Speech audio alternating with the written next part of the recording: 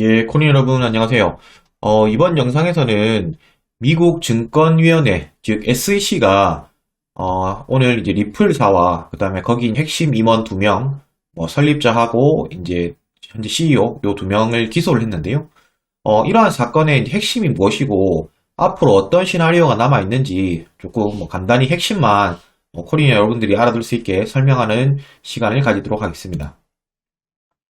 네, 먼저 SEC라고 말씀드린 미국 증권위원회가 무엇을 하는 것인지를 좀 말씀을 드리면 저희가 이제 증권이라는 말에 그렇게 익숙치는 않으실 거예요. 익숙치는 않으실 건데 그거를 조금 이제 떼어서 생각을 해보면 우리가 증권사라는 말은 익숙하잖아요. 카카오증권도 있고 삼성증권도 있고 이런 식으로 증권사라는 말은 좀 익숙하실 텐데 그러한 증권사가 무엇을 하는 곳인지를 좀 생각을 해보시면 기업의 이러한 그 상장된 주식들 이런 것들을 이제 거래하는 것이 이제 증권사입니다. 앞서 말했듯이 이제 증권위원회라고 하는 증권거래위원회가 어떤 곳이냐면 미국에서 있는 이러한 나스닥이라든지 다우 이러한 증권거래소에서 그 상장을 하거나 이렇게 심사를 할 때 권한을 발휘하는 곳, 요 정도로 이제 생각을 하시면 되겠고요. 그래서 이제 이 SEC라는 곳이 이제 리플에 대해서 이제 고소를 진행을 했는데 이게 이제 어떠한 배경에서 이루어진 것인지 한번 설명을 계속 이어나가 보도록 하겠습니다. 이것을 이제 알기 위해서는 저희가 이제 토큰의 종류를 암호화폐 토큰의 종류를 두 가지로 좀 구분을 하는 것을 좀 미리 알아야 되는데요. 첫 번째가 이제 유틸리티 토큰이라는 말을 쓰고요. 그 다음에 두 번째는 이제 시큐리티 토큰이라는 말을 씁니다. 유틸리티 토큰이라는 말은 간단하게 이제 생각을 해보시면 어떤 거냐면 어떤 토큰을 내가 가지고 있으면서 어떤 이제 서비스를 제공받거나 아니면 그 제품에 내가 권리를 주장할 수 있는 상황이 될 때 이걸 이제 유틸리티 토큰으로 이제 분류를 해주게 되는 거고요. 그에 반해서 이제 시큐리티 토큰이라고 하면 이것은 이제 주식이라든지 아니면 부동산이라든지 이렇게 이제 투자용 목적으로 분류가 되는 게 이제 시큐리티 토큰이라고 할 수 있겠습니다. 이제 간단하게 예를 들어보면 우리가 대표적으로 이제 유틸리티 토큰이라고 이제 쓸 수 있는 게 이더리움 같은 경우로 우리가 생각을 해보면 우리가 이더리움에 있는 이더를 가지고 있으면 실제 거기에 있는 서비스를 이용할 수가 있잖아요. 뭐냐면 이더를 가지고 저희가 요즘 디파이도 할 수 있고 아니면 이더리움을 가지고 다른 이제 부가적인 서비스를 이용을 할 수가 있는 건데 그러한 기능성을 가지기 때문에 이제 유틸리티 토큰이다 라고 이제 주장을 할 수 있는 거고요. 근데 그에 반해서 시큐리티 토큰이라고 하면 어떠한 그 권리를 가지게 되냐면 실제 기능이 중요하다기보다는 내가 그 기능 이걸 발행한 회사의 주식과 같은 형태를 띠게 된다. 요런 게 이제 시큐리티 토큰이라고 이제 분류를 하게 됩니다. 그래서 지금 SEC에서 주장하는 거는 뭐냐면 야 리플은 XRP 거기서 말하는 XRP 같은 경우에는 이거는 유틸리티 토큰이라고 볼 수 없다. 시큐리티 토큰으로 봐야 된다. 즉 XRP가 리플사에서 리플사의 지분과 이제 동등한 그런 관계를 가진다. 이런 걸 이제 몇 가지 하위에 이런 테스트 이래가지고 네 가지 조건이 있는데요.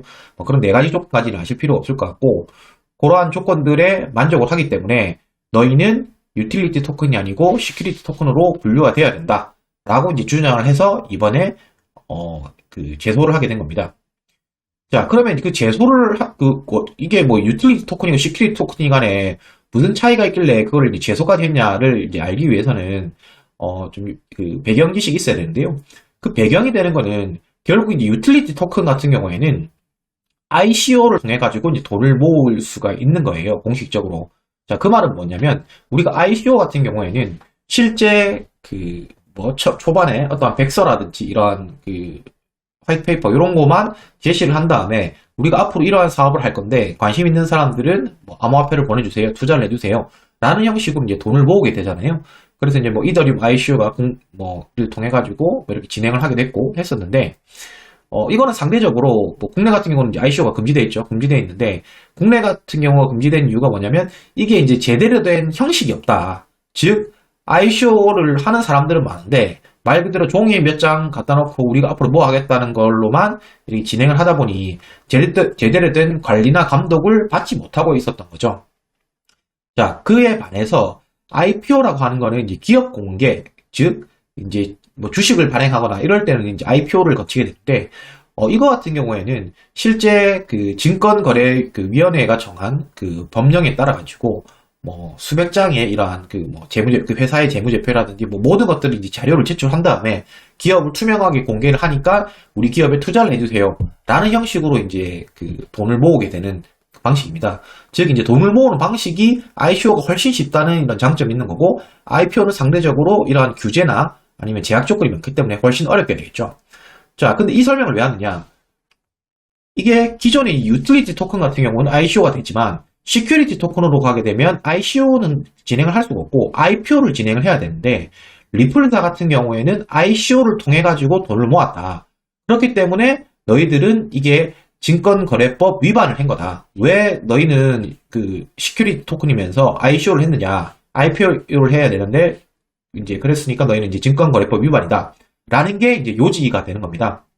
즉, 너희는 나의 감독을 받아야 되는데, 감독도 안 받고, 그런 식으로 이제 빠져나갔으니까, 너는 이제 너희한테, 이걸 제소하겠다. 라고 이제, 한 거죠. 자, 이게와 이제 비슷한 사례가 두 가지 케이스가 있었어요. 두 가지 케이스가 있었는데, 첫 번째는 이제 이오스. 이오스는 뭐 코인 이름이니까 다 아실 거고요. 그리고 이제 저게 이제 킥이라는 곳이 있는데요. 킥이라는 곳은, 저게 이제 캐나다에서 그 사용되는 이런 그 메신저였어요. 뭐 그래서 많은 사람들이 그 사용하는 메신저였는데 킥에서 또 뭐 킨이라고 하는 이러한 토큰을 이제 발행을 했었어요. 어쨌든 두 건 다 이제 토큰을 발행을 했었는데 이 두 가지 케이스를 이제 이전에 이제 그 SEC에서 이번에 리플사에서 했던 것처럼 이제 걸고 넘어졌었던 거죠.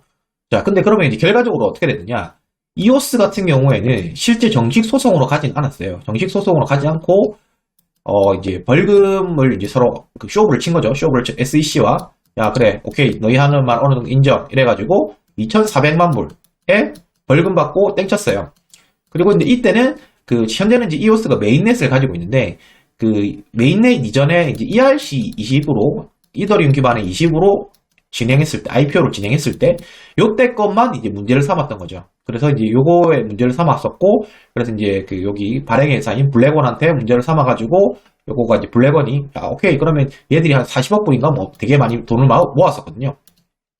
40억 불을 이제, ICO를 통해가지고 자금을 조달했었는데, 벌금 2,400만 불이니까 싸게 막은 거죠. 그래서 이제 요렇게 맞고, 이제 끝난 케이스가 있었고, 또 이제 킥이라고 하는 요 이제 메신저 업체가 아까 말했듯이 킨이라고 하는 토큰을 발행을 하면서 이게 이제 걸렸었는데 얘는 결론이 어떻게 났냐면 이게 이제 19년 6월부터 정식 소송을 들어갔었어요. 정식 소송을 들어가가지고 지지난달이네요. 2020년 10월 달에 최종적으로 결론이 났는데 결국 얘 같은 경우가 SEC가 이겼어요. SEC가 승소를 했고 여기 같은 경우는 500만 불, 그러니까 우리나라 돈으로 500만 불이니까, 얼마죠? 예, 한 50억 정도의 이 벌금을 물어가지고, 이렇게 이제, 결국은 종료가 했습니다. 자, 결론적으로, 여기에 한번 걸리면, 좀 이제 피곤해지는 건 사실이에요. 피곤해지는 건 사실인데, 또 이제 이러한 케이스들하고, 지금 현재 리플의 케이스가 차이점이 뭐냐면, 이오스 같은 경우에는 ERC20 상태 있을 때에 이오스에 대해서만 문제를 삼았으니까, 이게 결국 이제 메인넷이 오고 난 다음에 이오스한테는 그래 오케이 그거는 이제 시큐리티 인정 이렇게 시큐리티가 아니라 이제 유틸리티 토큰 인정 이러니까 이오스 자체를 다른 데 이제 거래하는 데가 문제가 없어진 거죠. 메인넷 상태에서는 ERC20에 이오스는 이제 더 이상 어차피 쓰지 않으니까 이렇게 이제 덮고 지나간 거고 그리고 이 케이스 같은 경우는 이제 망한 거죠. 실제 이제 이 킨이라는 토큰을 발행하고 이 킥이라는 메신저 서비스가 문을 닫았어요. 결국에는 최종적으로 문을 닫았고 이제 결국 망하게 되는 뭐 이런 이제 좀 전례가 있었는데요.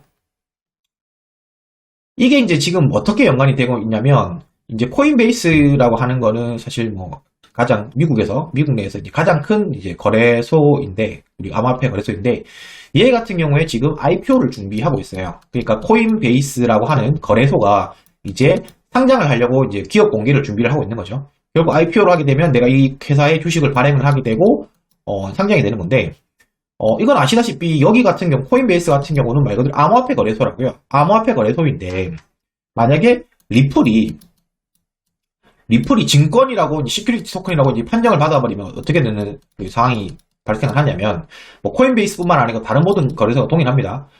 동일한데 리플이 만약에 시큐리티라고 이제 결론이 나버렸다. 그러면 코인베이스 같은 경우에는 당장 이거를 상장 폐지를 할 수밖에 없는 상황이 되는 거예요. 왜냐면 코인베이스가 현재 갖고 있는 지위는 말 그대로 이제 코인을 거래할 수 있는, 그러니까 시큐리티 코인이 아니라 유틸리티 코인들, 아까 뭐 이러한 코인들을 거래할 수 있는 거지, 이러한 증권, 시큐리티를 거래할 수 있는 권한은 없거든요. 그러면 시큐리티로 판정을 받으면 어디로 가야 되느냐? 나스닥이나 다우로 가야 되는 거예요, 실제. 나스닥이나 다우로 가야 되는 건데, 실제 현실 가능성이 없는 거죠. 그렇기 때문에, 코인베이스 같은 경우에는 현재 어차피 지금 이러한 기업 공개를 준비하기 위해서 SEC와 밀접한 관계를 갖고 있는데, 리플이 걸릴 수가 있는 거죠. 그렇기 때문에 코인베이스에서 뭐 선제적으로 이렇게 뭐 리플 상패 이렇게 할 수 있다는 지금 외국 뭐 트위터도 좀 나오고 있고요. 실제 미국 내에 좀 소형 거래소 두 군데 같은 경우에는 하나는 실제 상장 폐지를 했고요. 하나는 이제 잠정적으로 거래 중단을 시켜버렸어요. 근데 이거는 왜 그렇게 할 수밖에 없냐면 미국 내에 있는 시민을, 미국 시티즌을 대상으로 내가 서비스를 제공하려면 여기에서 판단을 내려버리면 끝인 거예요. 실제 여기서 지금 XRP가 최종적으로 지금 증권이다, 시큐리티다 하게 되면 일단 미국 시민들을 대상으로 하는 거래소들은 모두 리플을 상장 폐지할 수밖에 없는 그런 리스크가 있는 겁니다. 물론 이게 당장 이렇게 상장 폐지된다, 이거는 아직 좀 시간이 있을 거예요. 앞에 이제 말했듯이 이런 키익의 달을 봤을 때 이때도 소송하는데 한 1년 6개월 정도가 걸렸었거든요. 근데 이제 리플도 이제 정식 소송으로 지금 간 거예요. 실제 이제 소송으로 가게 됐으니까 잠재적인 리스크가 있는 거죠. 실제 이게 언제 뭐 중간에 뭐 예를 들어서 내가 뭐 증권이라고 인정을 할게 해서 또 뭐 합의를 할 수 있는 거고, 물론 이제 그런 일은 가능성은 희박할 텐데, 어쨌든 간에 그게 어느 순간 증권으로 인정되는 순간부터는 정말 이제 모든 암호화폐 거래소에서의 상장 폐지가 될 수 있다라는 이제 이런 트위스트 날라오는 거예요.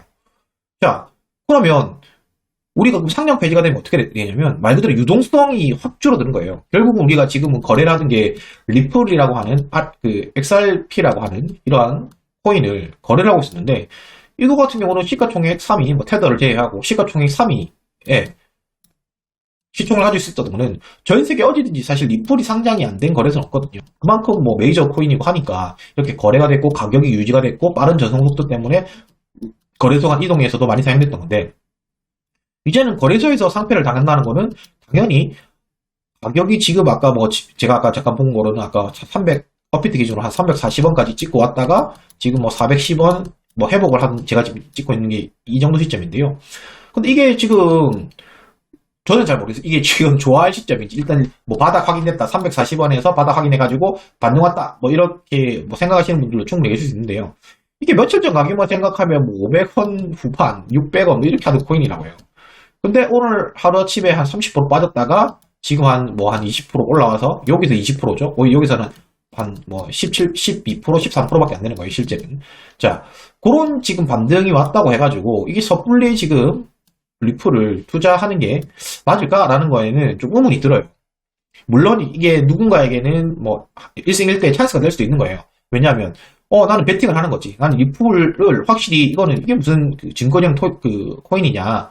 아니다. 이거는 유틸리티 코인으로 판정받을 수 없을 것이다. 이거 SEC가 무리했다. 얘들 지금 의장도 지금 일주일밖에 임기가 안 남았다는데 뭐 이런 얘기 하면서 이거는 어차피 연방 대법원 가면 이거는 당연히 리플사에 손을 들어줄 거야 라고 하시는 분들은 베팅을 해볼 수 있는 자리는 맞죠. 왜? 가격을 많이 떨궜으니까. 하지만 그게 아니라 리스키하다 라고 하시는 분들은 이런 사실을 알면 사실 좀 조심스럽게 접근을 하셔야 되는 거예요. XRP를 투자하실 때. 자, 여기까지는 이제 좀 뭐 제가 외신들, 그 다음에 좀 이런 내용들 기반으로 한 것에 제 의견을 좀 전달드린 거고요.